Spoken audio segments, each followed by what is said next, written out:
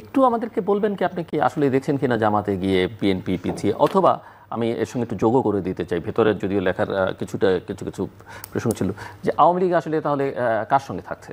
আওয়ামী লীগ কি জামাতের সঙ্গে থাকছে না বিএনপির সঙ্গে থাকছে? আচ্ছা, দ্বিতীয় প্রশ্ন না নিজেরা আলোচিত রাজনৈতিক মহলে, বিশেষ করে ডাকসু জাকসু নির্বাচনের পর। আগের প্রশ্নটি বলি, আমার নির্বাচনের মুদ্রিত যে আকার, মুদ্রিত যে ভাষ্য, তাতে কিন্তু শিরোনামটি ছিল বিএনপি প্রার্থী বাছাইয়ে কেন পিছিয়ে, বা প্রার্থী দিতে কেন পিছিয়ে, আর জামাত এগিয়ে আছে। এখন রাজনৈতিক মহলে একটা ধারণা হয়েছে জামাত এই পদ্ধতিতে বোধহয় নির্বাচন চায় না, কারণ তারা পিয়ার নিয়েই একমাত্র তাদের ধ্যান জ্ঞান সব হচ্ছে পিয়ার এবং পিয়ারের দাবিতে একবার আন্দোলন করলেন, আবার দ্বিতীয় দফায় আন্দোলনে যাচ্ছে।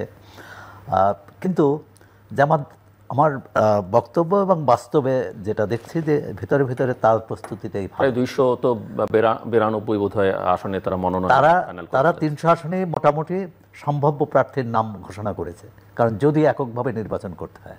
আর মানসিকভাবে প্রস্তুতি নিয়েছে যে 100 আসন তারা সহযোগীদের ছেড়ে দেবে। এবং জামাতের একজন নেতা ঘোষণা করেছেন বিএনপির বাইরের সব দলকে তারা কাছে টানতে চায়। জামাতের আরেক নেতা পারোয়ার, তিনি বলেছেন যে আমরা 100 আসন ছেড়ে দিতে রাজি,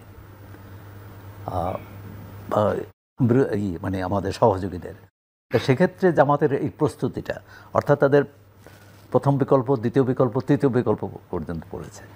দ্বিতীয়ত, তারা শুধু সম্ভাব্য প্রার্থীর নাম ঘোষণা করেনি, তাদের নামে পোস্টার হয়েছে, তারা নিয়মিত এলাকায় যাচ্ছেন, জনসংযোগ করছেন, বৈঠক করছেন, এবং তাদের নারী বাহিনী, মানে নারী কর্মীরা, পুরুষদের ক্ষেত্রে এটা সম্ভব না অনেক সময় ঘরে যে মা বোনদের সঙ্গে কথা বলা, কিন্তু তাদের নারী কর্মীরা এই কাজটি করেছেন। আমার লেখা এটাও আছে যে কুমিল্লার বড়ুয়া থেকে একজন আমাদের সাংবাদিক বন্ধু, তিনি জানিয়েছেন প্রতিটি ঘরেই গিয়েছে জামাতের নারী কর্মীরা। তো এটা তো শুধু কুমিল্লায় না, সারা দেশেই এরকম হয়েছে। বিএনপি ব্যস্ত এখন কিভাবে জামাতের যে পিয়ারের দাবি, এটাকে কীভাবে ঠেকানো, এর আইনি ব্যাখ্যা, এর বাস্তবতা, তার সাথে আমরা একমত। কিন্তু আমার লেখা এবং আমার ধারণা যে জামাত ইসলামী বিএনপিকে এটা দিয়ে ব্যস্ত রাখতে চাচ্ছে, যে বিএনপি ভাবছে যে পিয়ার হলে তো তার কর্তৃত্ব, তার একচ্ছত্র যে নেতৃত্ব, সেটা বোধহয় থাকবে না। কিন্তু নির্বাচনের যে একটা প্রস্তুতি আছে, নির্বাচনের ভিতরে যে অনেক সাংগঠনিক কার্যক্রম আছে, এবং সেটা একদিনের না। গোলাম মাওলা রনি বন্ধু, তিনি সংসদ সদস্য ছিলেন, তিনি জানেন যে একসময় অন্য ব্যাপারে অনেকেই থাকলেও আওয়ামী লীগের সময় কিন্তু এমপিদের সপ্তাহের শেষে এলাকায় যেতে হতো। অন্তত আমি শেখ হাসিনার প্রথম সরকারের সময়ের কথা জানি, যে সপ্তাহের শেষে এমপি মন্ত্রীরা উইকেন্ডে তারা জনসংযোগ করবে। তাদের যে খুব লাভ হয়েছে, কারণ 2001-এর নির্বাচনে আমরা তো তা দেখিনি। আসলে জনসংযোগ তো বড় না, মানুষ দেখতে চায় যে এই মন্ত্রী, এই এমপি কি করেছে, মানে তিনি নিজের আখের গুছিয়েছেন না জনগণের জন্য কাজ করেছেন। হ্যাঁ, আওয়ামী লীগের আমাদের অনেক উন্নয়ন প্রকল্প হয়েছে, রনি ভাই যেটা বললেন যে এখন অনেক উন্নয়ন প্রকল্প আটকে আছে, কিন্তু সবটাই আটকে আছে কেন? আমরা তো দেখি সজীব ভুইয়া, আসিফ মাহমুদ সজীব ভুইয়ার এলাকায় কত কোটি টাকা, মানে যেটা অসম জেলায়, একটা উপজেলায় এত টাকা। তারপর আরও এরকম এনসিপির যে সম্ভাব্য যারা প্রার্থী, তাদের এলাকায় বিশাল বিশাল বরাদ্দ। তো সুতরাং এটা হচ্ছে যে সবই হচ্ছে আগামী নির্বাচনকে লক্ষ্য করে। এখন বিএনপির রাজনৈতিক কৌশল, আপনার একাধিক ব্যক্তিগত যে ভাষ্য, তাতে আপনি মানে ব্যক্তিগত যে আপনার ওয়েবসাইট না কি বলে, চেয়ারপারসন অসুস্থ, ভারপ্রাপ্ত চেয়ারম্যান লন্ডনে, তো লন্ডন থেকে স্কাইপে দল চালানো, বিএনপির মতো দল চালানো কিন্তু খুব দুরূহ। এবং মানুষের মধ্যে এই প্রশ্ন এসেছে যে বিএনপি ভারপ্রাপ্ত চেয়ারম্যান আসছেন না কেন, তার তো সব মামলা তুলে দিয়েছে। এবং তিনি যদি 5 আগস্টের পরে আসতেন, কে তাকে গ্রেপ্তার করতেন? লাখ লাখ মানুষ তাকে না জানেন।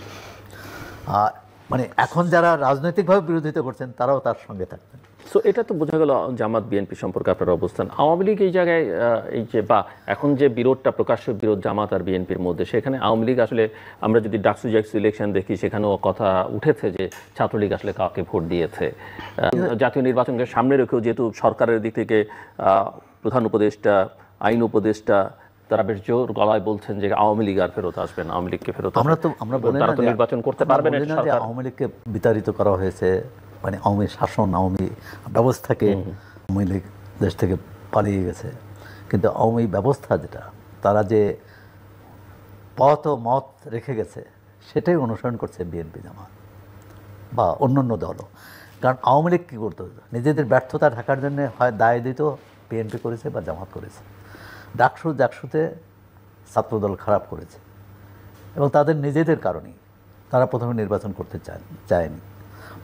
পরবর্তীকালে নির্বাচন করলেও কতটা আন্তরিকভাবে করেছে তারা বলছে 15 বছর বাইরে, গত 13 মাসে কী করেছে, মানে শিক্ষার্থীদের মন জয় করতে গত 15 বছরে যারা শিক্ষার্থী সাধারণ শিক্ষার্থীদের কাছে যাননি, যেতে পারেননি এবং এটা এখন কেউ কেউ ব্যক্তিগত আলাপে সমালোচনার স্বীকারও করছেন।